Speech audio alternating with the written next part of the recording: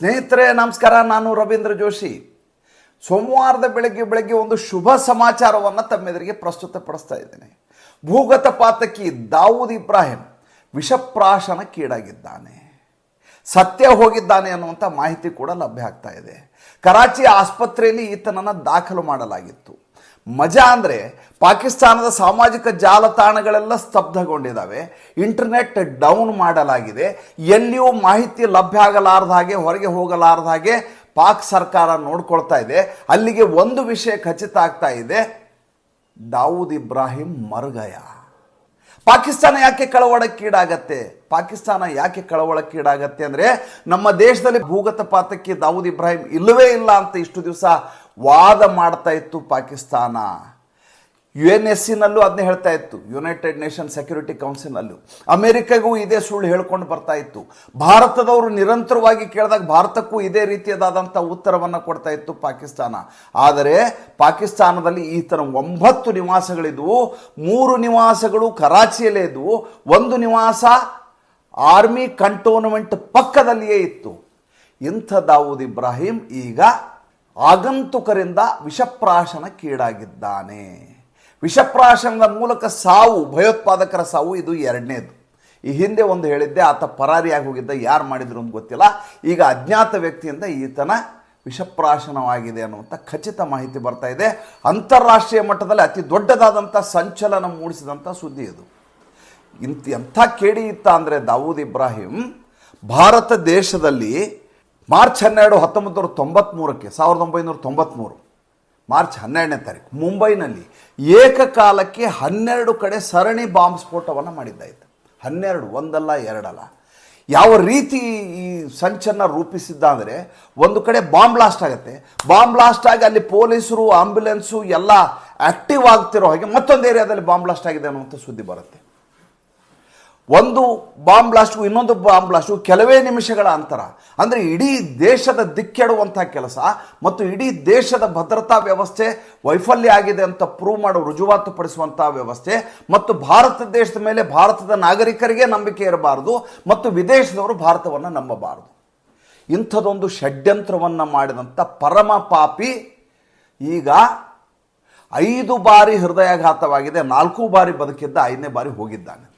ಈ ವಿಷಪ್ರಾಶನ ಇದೆಯಲ್ಲ, ಈಗ ಬರ್ತಾ ಇರೋಂಥ ವಿಷಪ್ರಾಶನ ಬೇರೆ ರೀತಿ. ಅದು ಈಗ ವಿಷ ಹಾಕಿದ ತಕ್ಷಣ ಸಿನಿಮಾದಲ್ಲಿ ತೋರಿಸ್ತಾರಲ್ಲ, ವಾಂತಿ ಮಾಡಿಕೊಂಡು, ರಕ್ತ ವಾಂತಿ ಮಾಡಿಕೊಂಡು ಸ್ಪಾಟ್ ಡೆತ್ ಆಗೋದು, ಆ ಥರದ್ದಲ್ಲ.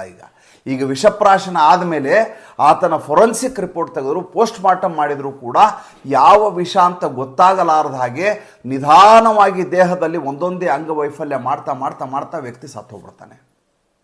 ಮೊನ್ನೆ ರಾತ್ರಿ ಈತನ ಕರಾಚಿ ಆಸ್ಪತ್ರೆಯಲ್ಲಿ ಅಡ್ಮಿಟ್ ಮಾಡ್ತಾರೆ. ಅಡ್ಮಿಟ್ ಮಾಡಿದ್ಮೇಲೆ ಇಡೀ ಫ್ಲೋರನ್ನು ಖಾಲಿ ಮಾಡಿಸ್ತಾರೆ, ಈತನ ಒಬ್ಬನನ್ನೇ ಇಡಲಾಗುತ್ತೆ. ಅಂದರೆ ಯಾವ ರೀತಿಯದಾದಂಥ ವ್ಯವಸ್ಥೆ ಭೂಗತ ಪಾತಕಿಗಳಿಗೆ ಪಾಕಿಸ್ತಾನದಲ್ಲಿ ಇದೆ ಅನ್ನೋದನ್ನು ನೀವು ಅರ್ಥ ಮಾಡ್ಕೊಳ್ಳಿ. ಯಾವ ರೀತಿ ಅವರನ್ನು ಆಶ್ರಯ ಕೊಡ್ತಾರೆ ಅವರಿಗೆ ಅನ್ನೋದನ್ನು ಇದರಿಂದ ಅರ್ಥ ಮಾಡ್ಕೊಳ್ಳಿ. ಈಗ ಹಫೀಜ್ ಸಯೀದ್ ಗಡಗಡ ನಡುಗ್ತಾ ಇದ್ದಾನೆ. ಯಾಕೆಂದರೆ ಇಷ್ಟು ವರ್ಷ ಕಾದ್ಕೊಂಡು ಬಂದಂಥ ದಾವೂದ್ ಇಬ್ರಾಹಿಂನ, ಅದು ಆರ್ಮಿ ಕಂಟೋನ್ಮೆಂಟ್ನಲ್ಲಿ ಇದ್ದಂಥವನನ್ನೇ ಉಳಿಸ್ಕೊಳ್ಳಿಕ್ಕೆ ಆಗಲಿಲ್ಲ ಅಂದರೆ ನನ್ನನ್ನು ಎಲ್ಲಿ ನೀವು ಕಾಪಾಡ್ತೀರಿ ಅನ್ನುವಂಥ ಭಯ ಹಫೀಜ್ ಸಯೀದ್ಗೆ ಶುರುವಾಗಿದೆ. ಇದು ಒಂದಲ್ಲ ಎರಡಲ್ಲ, ಈ ರೀತಿ ನಿರಂತರವಾಗಿ ನಡೀತಾ ಇದ್ದಾವೆ. ಇದಕ್ಕೆ ವಿಶೇಷ ಪ್ರಾಧಾನ್ಯತೆ ಯಾಕೆ ಅಂತಂದರೆ, ಭಾರತದಲ್ಲಿ ಇವತ್ತಿಗೂ ಕೂಡ ಕನಿಷ್ಠ ಎಂದರೂ 5,000 ಜನ ಈತನಿಗಾಗಿ ಕೆಲಸ ಮಾಡ್ತಾರೆ, ದಾವೂದ್ ಇಬ್ರಾಹಿಂಗಾಗಿ. ದಾವೂದ್ ಇಬ್ರಾಹಿಂ ಹುಟ್ಟಿದ್ದು 26/12/1955 ಮುಂಬೈನಲ್ಲಿ. ಈತ ಸಣ್ಣ ವಯಸ್ಸಿನಲ್ಲೇ ಪಿಕ್ ಪ್ಯಾಕೆಟ್ ಶುರು ಮಾಡ್ತಾನೆ. ಮುಂದೆ ಜನರಿಗೆ ದಾದಾಗಿರಿ ಮಾಡಿ ದುಡ್ಡನ್ನು ಏರಿಯಾದಲ್ಲಿ ವಸೂಲಿ ಮಾಡಲಿಕ್ಕೆ ಶುರು ಮಾಡ್ತಾನೆ. ಅದಾದಮೇಲೆ ಎಕ್ಸ್ಟಾರ್ಷನ್ ಶುರು ಮಾಡ್ತಾನೆ.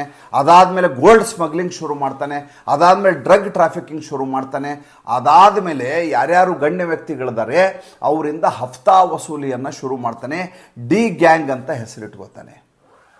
ಹಫ್ತಾ ಯಾರ್ಯಾರು ಕೊಡೋದಿಲ್ಲ ಅವರನ್ನು ಎಗರಿಸ್ತೀನಿ ಅಂತ ಹೆದರಿಸೋದು, ಬೆದರಿಕೆಯಿಂದ ದುಡ್ಡು ವಸೂಲಿ ಮಾಡೋದು. ಪೊಲೀಸ್ ಡಿಪಾರ್ಟ್ಮೆಂಟ್ಗೆ ಪ್ಯಾರಲಲ್ ಆಗಿ ತನ್ನೊಂದು ರಕ್ಷಣಾ ವ್ಯೂಹವನ್ನು ರಚಿಸಿಕೊಂಡಿರ್ತಾನೆ. ಪೊಲೀಸರ ಕಡೆ ಆಗಲಾರದ ಕೆಲಸವನ್ನು ಬೇರೆ ಜನರು ಈತನ ಕಡೆಯಿಂದ ಮಾಡಿಸ್ಕೊಳ್ಳುವಂಥ ವ್ಯವಸ್ಥೆ ಮಾಡಿರ್ತಾನೆ. ಅದಕ್ಕಾಗಿ ಮುಂಬೈ ತುಂಬ ತನ್ನದೊಂದು ವ್ಯೂಹ ಜಾಲವನ್ನು ರಚಿಸಿಕೊಂಡಿರ್ತಾನೆ. ಜೊತೆಗೆ ಅಂತಾರಾಷ್ಟ್ರೀಯ ಮಟ್ಟದಲ್ಲಿ ಹವಾಲಾ ದಂಧೆಯನ್ನು ಮಾಡ್ತಾ ಇರ್ತಾನೆ. 90% ಹವಾಲಾ ವ್ಯವಹಾರ ಮುಂಬೈನಲ್ಲಿ ನಿರ್ವಹಿಸ್ತಾ ಇದ್ದಂಥ ವ್ಯಕ್ತಿ ದಾವೂದ್ ಇಬ್ರಾಹಿಂ. ಅದಾದಮೇಲೆ ಈತ ಸಿನಿಮಾ ಆ್ಯಕ್ಟರ್ಗಳನ್ನ ಹಿಡ್ಕೊತಾನೆ. ಸಿನಿಮಾ ಆ್ಯಕ್ಟರ್ಗಳನ್ನ ಹಿಡ್ಕೊಂಡು ಅವರಿಗೆ ಧಮಕಿ ಹಾಕ್ಲಿಕ್ಕೆ ಶುರು ಮಾಡ್ತಾನೆ. ಧಮಕಿ ಹಾಕಿದಾಗ ಅವ್ರೇನು ಮಾಡ್ತಾರೆ, ಇನ್ನು ಪೊಲೀಸರ ಹತ್ರ ಹೋದರೆ ತೊಂದರೆ ಆಗತ್ತೆ, ಯಾಕೆ ಬೇಕು, ಇವನ ಜೊತೆ ಅಡ್ಜಸ್ಟ್ಮೆಂಟ್ ಮಾಡ್ಕೊಳ್ಳೋಣ ಅಂತ ತಿಂಗಳಿಗೆ ಇಷ್ಟು ಅಂತ ಅಮೌಂಟ್ ಫಿಕ್ಸ್ ಮಾಡ್ಲಿಕ್ಕೆ ಶುರು ಮಾಡ್ತಾರೆ. ಅಷ್ಟು ಅಮೌಂಟನ್ನು ರೆಗ್ಯುಲರಾಗಿ ಕೊಡ್ತಾ ಹೋಗ್ತಾರೆ. ಇದು ಪಾರ್ಟ್ ಆಫ್ ಲೈಫ್ ಅಂತ ಭಾವಿಸಿರ್ತಾರೆ. ಅದಾದಮೇಲೆ ಈತ ಸಿನಿಮಾ ಇಂಡಸ್ಟ್ರಿ ಮೇಲೆ ಕಬ್ಜಾ ತಗೋತಾನೆ, ತನ್ನ ಹಿಡಿತವನ್ನು ಸಾಧಿಸ್ತಾನೆ, ಮಾಡಿ ತಾನೇ ಸಿನಿಮಾಗಳನ್ನು ಬೇರೆ ಬೇರೆ ಹೆಸರಿನಲ್ಲಿ ಪ್ರೊಡ್ಯೂಸ್ ಮಾಡಲಿಕ್ಕೆ ಶುರು ಮಾಡ್ತಾನೆ. ಈತ ಸಿನಿಮಾ ಇಂಡಸ್ಟ್ರಿಯ ಗಾಡ್ ಫಾದರ್ ಅಂತ ಅನ್ಸ್ಕೊತಾನೆ. ಸಿನಿಮಾ ಆ್ಯಕ್ಟರ್ಗಳು ಈತನ ಮನೆಯ ಸಮಾರಂಭದಲ್ಲಿ ನರ್ತನ ಮಾಡಲಿಕ್ಕೆ ಹೋಗ್ತಾರೆ. ಈತನ ಮುಜರಾದಲ್ಲಿ ಡ್ಯಾನ್ಸ್ ಮಾಡಲಿಕ್ಕೆ ಹುಡುಗಿಯರು ಹೋಗುವಂಥ ಸಿಸ್ಟಮ್ ಶುರುವಾಗತ್ತೆ. ಅದಾದಮೇಲೆ ಯಾವಾಗ ಬಾಂಬ್ ಬ್ಲಾಸ್ಟ್ ಆಗುತ್ತಲ್ಲ, ಈ ಮಾರ್ಚ್ 12, 1993 ಬಾಂಬ್ ಬ್ಲಾಸ್ಟ್ ಆದಮೇಲೆ ಈತ ಇದ್ದಕ್ಕಿದ್ದ ಹಾಗೆ ಭಾರತದಿಂದ ಪರಾರಿಯಾಗಿಬಿಡ್ತಾನೆ. ಪರಾರಿಯಾದವನು ಹೋಗಿ ಆಶ್ರಯ ತೆಗೆದುಕೊಂಡದ್ದೇ ಅಲ್ಲಿ ಪಾಕಿಸ್ತಾನದಲ್ಲಿ ಆಶ್ರಯವನ್ನು ತೆಗೆದುಕೊತಾನೆ. ಪಾಕಿಸ್ತಾನಕ್ಕೆ ಭಾರತ ಸರ್ಕಾರ ಬರೆಯುತ್ತೆ, ನಿಮ್ಮಲ್ಲಿ ನಮ್ಮ ಒಬ್ಬ ಟೆರರಿಸ್ಟ್ ಬಂದು ಅಡಿಕೊಂಡಿದ್ದಾನೆ, ಕಳಿಸ್ಕೊಡಿ ಅಂತ ಭಿನ್ನ ಮಾಡಿಕೊಂಡಾಗ ಅಲ್ಲಿಯ ಸರ್ಕಾರ ನಮ್ಮ ಬಳಿ ಆತ ಇಲ್ಲವೇ ಇಲ್ಲ ಅಂತ ಹೇಳುತ್ತೆ. ಅದಾದಮೇಲೆ ಎಲ್ಲ ಸಾಕ್ಷ್ಯಾಧಾರಗಳನ್ನ ಕಳಿಸಿದ್ರು ಕೂಡ ಅಲ್ಲಿಯ ಸರ್ಕಾರ ಒಪ್ಕೊಳ್ಳೋದಿಲ್ಲ.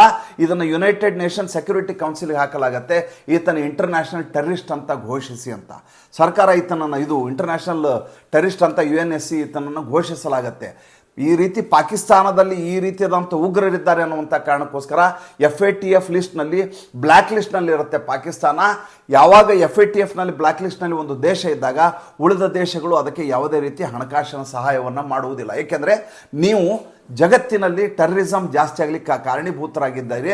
ನಿಮಗೆ ನಾವು ದುಡ್ಡನ್ನು ಕೊಟ್ಟರೆ, ಫಂಡಿಂಗ್ ಮಾಡಿದರೆ ನೀವು ಅದನ್ನು ದುರುಪಯೋಗ ಮಾಡ್ಕೋತೀರಿ ಅನ್ನುವಂಥ ಕಾರಣಕ್ಕೋಸ್ಕರ ಯಾರೂ ಕೂಡ ಇವರಿಗೆ ದುಡ್ಡನ್ನು ಕೊಡ್ತಾ ಇರೋದಿಲ್ಲ. ಆವಾಗ FATF ಬ್ಲ್ಯಾಕ್ ಲಿಸ್ಟ್ನಿಂದ ಗ್ರೇ ಲಿಸ್ಟ್ ಬರಲಿಕ್ಕೆ ಇನ್ನಿಲ್ಲದ ಹಾಗೆ ಹರಸಾಹಸ ಮಾಡುತ್ತೆ ಪಾಕಿಸ್ತಾನ. ಅದಾದಮೇಲೆ ಅಲ್ಲಿ ರಾಜಕೀಯ ಸ್ಥಿತ್ಯಂತರಗಳಾಗ್ತವೆ.